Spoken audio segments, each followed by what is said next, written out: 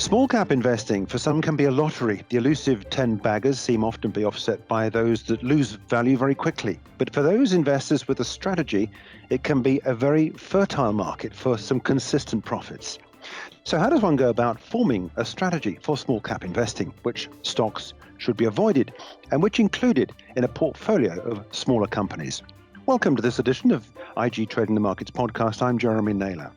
Today we're talking to Chris Boxall, who joins us from Fundamental Asset Management. Chris is a portfolio manager who specializes in smaller companies on the London Exchange. Chris, welcome. First of all, the big question is, what constitutes a small cap stock?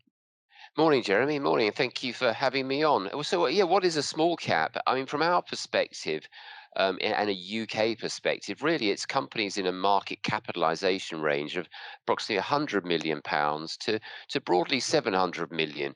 And we hit that point because 700 million above, approximately, is where companies gain entry to the FTSE 250 index, which is deemed, generally speaking, to be a barometer for mid capitalisation stocks. But that's very much a UK 100 to 700, sub 100 million market capitalisation. That's the value, the stock market value of the business, and you're really talking about a micro cap.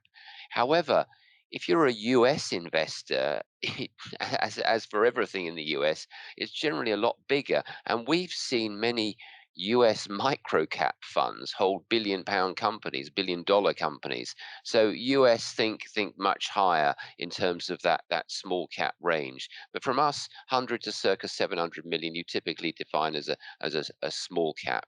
Let's introduce this idea then of looking at how small caps are grouped together, because in London we have this market that everybody says is one of the best small cap markets in the world, the AIM market, formerly called the Alternative Investment Market. What is it about this exchange that is so attractive to some corporates? And I want to go on, if I can as well, to set this against as a comparison to the FTSE Small Cap Index. Yes, AIM has become very, very popular, and we're really specialists in AIM, and it's attracted a lot more money, and it's a market that's got considerably stronger over the 17, 18 years that we've been investing in it. And we classify many AIM companies as small caps because the lion's share of interesting AIM companies fit in that 100 to 700 million range, and some really nice businesses. There are also, and this stretches the definition, there are also some very large AIM companies of 1 billion plus 2 billion, which actually are really still micro caps. I'm talking about some of the early stage, pharmaceutical or even all the hydrogen fuel cell companies, which actually are still very small businesses, but whose market capitalizations have been stretched to these, quite large sizes, 2 billion plus in some cases. But AIM for us is very much small cap. And the peculiarity of AIM is you're seeing a lot of smaller quoted companies on the main market be attractive to drop down to AIM, because a key appeal of AIM is that you've got regular buying interest from investors, UK investors, looking to mitigate inheritance tax. So AIM small caps have this appeal of plenty of buyers, far more buyers than, say, if they were small cap companies on the main market. And we would recommend any smaller main market company which is struggling to gain attention, really to look at moving down to AIM, because you're going to suddenly be attractive to a huge, a vast number of small retail investors and AIM portfolio managers who are attracted by the tax benefits. What has been the return of AIM over the last, whatever it is, 20 odd years that it's been in operation? How has this compared to the FTSE Small Cap Index, or are other sort of areas of the market that have a sort of a relative comparison to be able to draw from it? The AIM index itself, over the long term, since 1995, when it kicked off, has been a pretty lousy performer and barometer. However, it's also a very poor barometer, because you can imagine the AIM index is a basket of all AIM stocks, and AIM by its nature goes through wild periods of exuberance for certain types of companies, whether it's resources stocks, fuel cell companies, technology, and this was the nature of AIM. So you've got huge numbers of companies joining during boom periods, then we've seen this big fall off. However, fast forward to 2021, and well, more importantly, what we saw last year in 2020 is now an index of circa 800 odd companies, 130 odd billion total value, that is now more stable. And you've therefore seen the index performance over recent years mirror more, or actually far outperform, the UK main market. So it's been far less of the roller coaster. You've had far fewer new arrivals, IPO, fewer fallouts as well, fewer cancellations from the index, and actually those companies that have left, many of them have succumbed to takeovers. So there hasn't been this huge failure rate. I mean, back in 2007, you had this huge number of joining, then you had subsequently, 28, 08, 09, a massive number of departures. But AIM over recent years has changed dramatically as a result. And so you've seen this suddenly this index performance improve. Last year, AIM was up 20%. Year before, it's been outperforming the UK main market as an index consistently for the last few years. And if you also consider that AIM is very much a stock pickers market, this means many prudent stock pickers have been doing a lot better than that as well. So you've seen this huge outperformance from AIM and as a result from UK small caps. You paint a very positive picture of this area of the market, and clearly, from someone that comes through, you use a lot of this for your portfolio management. You offer small cap stocks, of course, but what about those that suggest that this isn't a bit of a wild west? They're saying research is not as good as it could be, certainly not as good as it should be. Liquidity is very poor. What do you say to some of those that say that this market really doesn't provide an investor with a really good opportunity? If you're willing to do your research as is an individual, work hard, and that research can encompass, start signing up to the various good bulletin boards and listening to the chit chat or reading the chit chat, and adopt a prudent, we feel, portfolio approach. And it doesn't have to be too diversified, but a well balanced portfolio approach, you can do really, really well. Where we see people coming unstuck is where they um, fall in love with one particular stock or two particular stocks, and bet the house all on that, and that occupies all their attention, and psychologically, quite frankly, they can get beaten up. Typically, AIM stocks, smaller quoted companies, are prone to periods of volatility. In 2020, you saw an initial fall off. Now, for those people that did nothing and sat there patiently and were able to do that, you saw this tremendous bounce. And that's been the nature of small cap investing. From our own experience, some of our best holdings have fallen materially in value within the first few months. And as long as for us, as long as the long-term prognosis remains and the outlook remains as we anticipate, it will stick with them. So you have to stick with them. The number of and this isn't just for private investors. This applies to the institutions. The number of large institutional investors I've spoken to who have sold out, who quote stories of selling out of AIM's brightest stars, namely, mention one company, ASOS, after doubling their money. They thought how clever they were about doubling their money and taking the profit. With that company, a little bit of patience, you would have ultimately made 10, 20 times your money.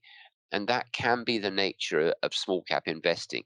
So initial losses, be prepared to be patient and adopt that portfolio approach. Okay, let's look at your approach to this market and this opportunity here, because you talk about portfolios. Clearly, what you were referring to there is not to try with the temptation of putting all your eggs into one basket, that phrase that so many people use about going after one particular stock. This portfolio strategy that you engage with, explain a little bit more about it. We adopt typically what we call a core satellite approach. So broadly speaking, our portfolios, and this can apply to anybody. I mean, it's not just us, but our portfolios can try comprise 25 to 30 stocks, smaller ones, a fewer. But typically, we 80% of our portfolio is comprised of larger AIM companies. When I say larger, that's 200, 300 million market cap plus, right up to several billion. But then we are happy to commit to a smaller component, so 20% of our portfolios to smaller AIM companies. So right down to 30, 40 million market cap size now we're prepared to look at, as long as they have a compelling growth story. This affords us, and it can afford anybody, if you the flexibility to, a sort of a risk, to manage their risk more effectively. This enables investors to stick with some of these smaller ideas, put money into these smaller ideas, and to be encouraged to have the patience to stick with them, because they're not. If they go wrong, it's not going to be disastrous. However, if they go right, you can run with them. They're not going to be all consuming either. And we would advocate that kind of approach for any investor.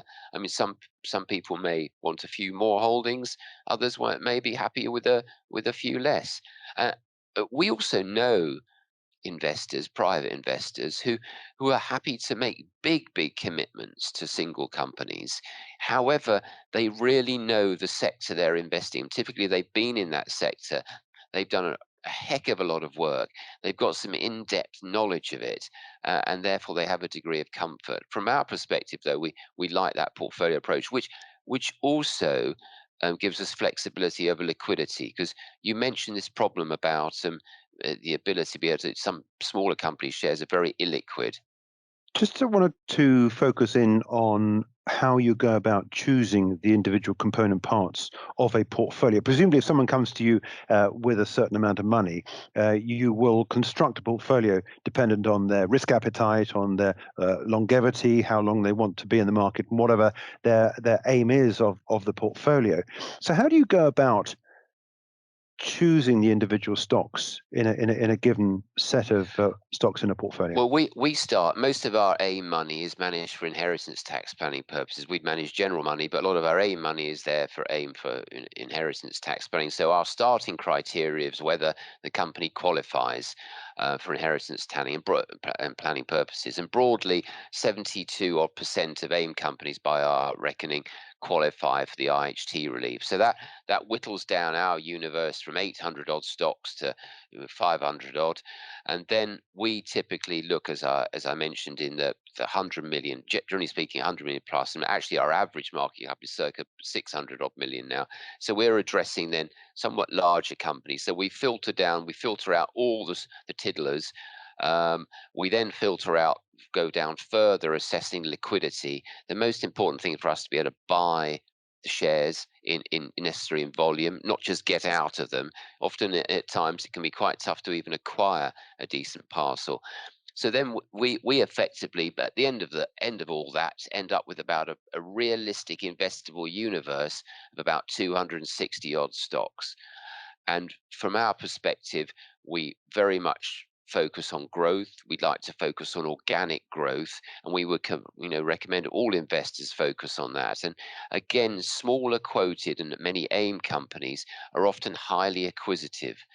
But if there isn't a real organic growth driver in there, we are very wary.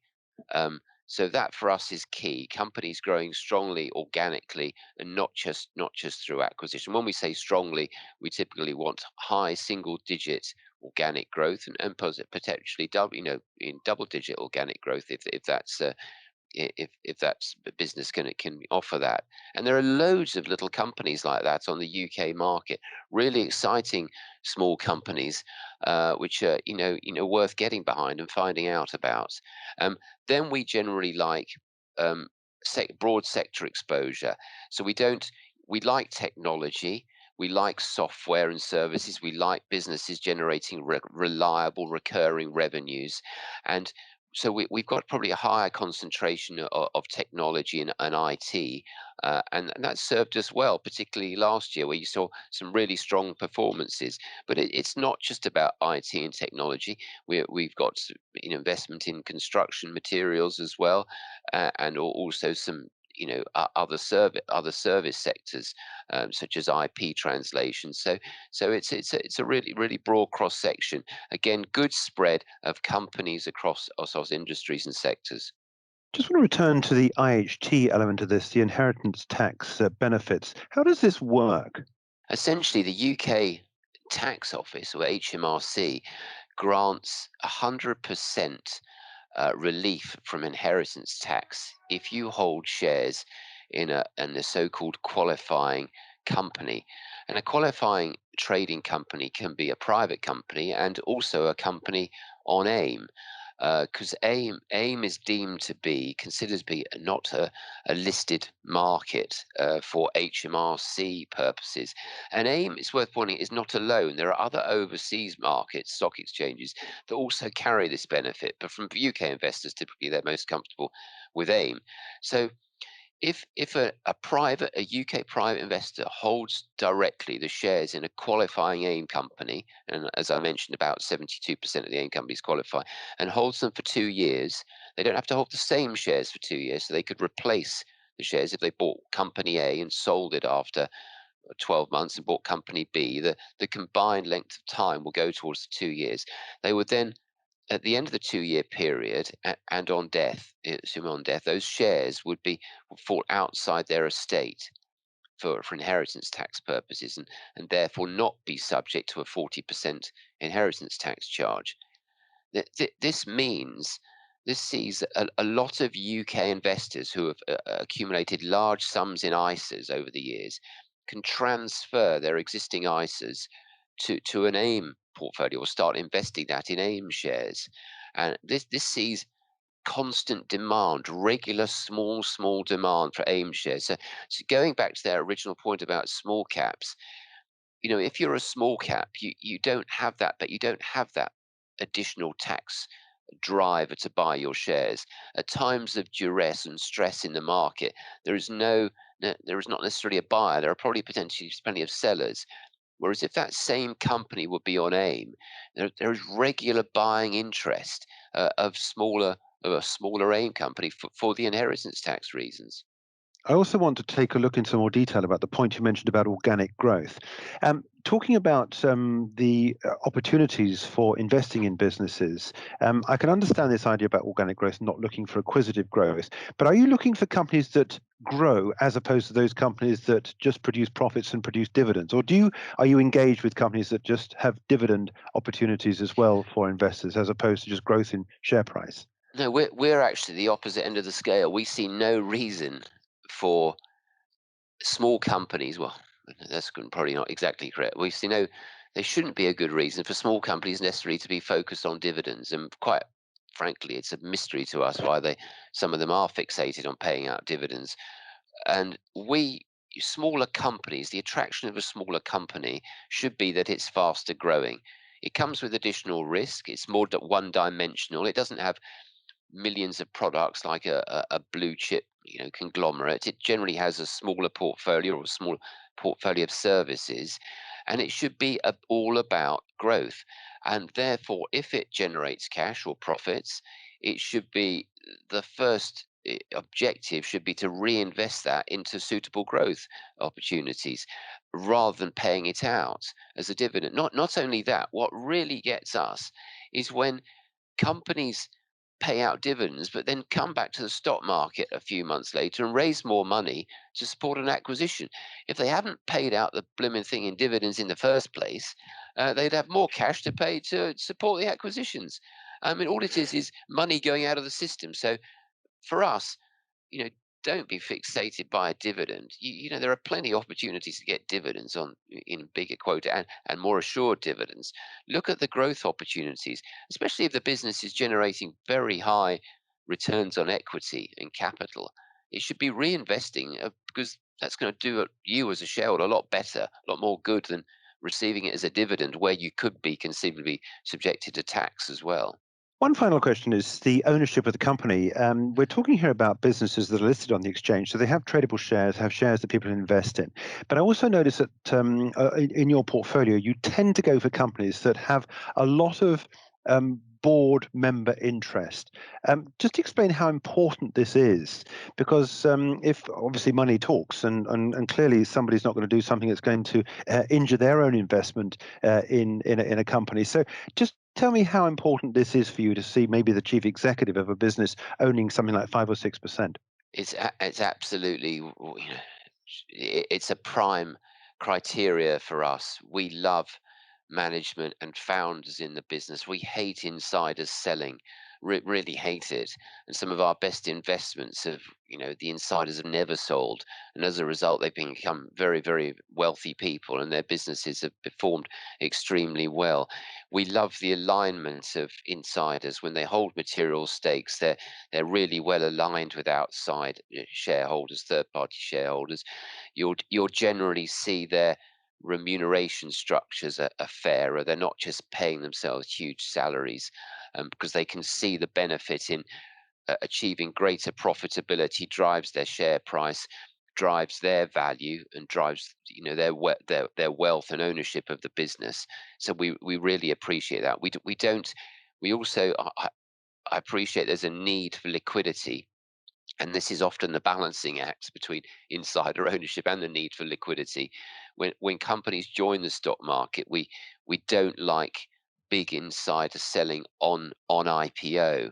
We like them to, clearly they have to, the intention on listing is to take some money off the table, but we like them still, the insiders and typically the management, to have a decent stake, and to prove themselves on public markets before they offload any more.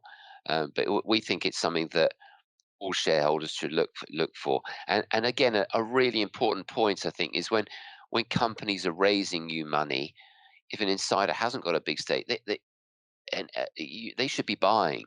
If they're going out to the market to raise more capital and that they've got a reasonable salary, we see they should always be participating. And over the pandemic, what we've seen is small companies with meaningful insider ownership and management ownership have performed really well. Their management, battened down the hatches very quickly. They cut their salaries. Senior management cut their remuneration very swiftly, and that was really a feature of many of these of these small caps. Let's end on the coronavirus and the impact on the AIM markets. You highlight there one of the lessons learned from last year. For you as a portfolio manager, what have you learned overall from the COVID crisis, and where do you see small cap investing going? We learned that, surprisingly, what was a surprise for us was how well smaller companies performed, how resilient they were, and I think that was a real difference to 2008, 2009. We've also learnt about institutions, large investors' willingness to back smaller companies, and the amount of money available now to back good ideas. I think that's been a real feature of the UK small cap market. It was far more fragile when we started out, and now if little companies got a good idea, even though it's not just profitable, I think people are there prepared to back it with good amounts of capital, which is really encouraging. So that's been another feature. But really, the other thing is sit patiently. We saw this big sell off, and patience, rewarded in spades. So good businesses who really controlled their costs and covered things, you've seen their share prices bounce miraculously, and you didn't really have to do anything. So there was no need for too much manic trading. If anything, you should have been, you know, backing up the truck and putting more in and backing these businesses at these critical times. But patience and backing your winners and sticking with your winners is absolutely key. Okay, Chris, we'll have to leave it there, but thanks indeed for joining us. Thanks very much. It's been a pleasure. Okay, it's Chris Boxall. He's from Fundamental Asset Management. If you wanted to catch up with Chris with some more detail, do join him on his website at fundamentalasset.com.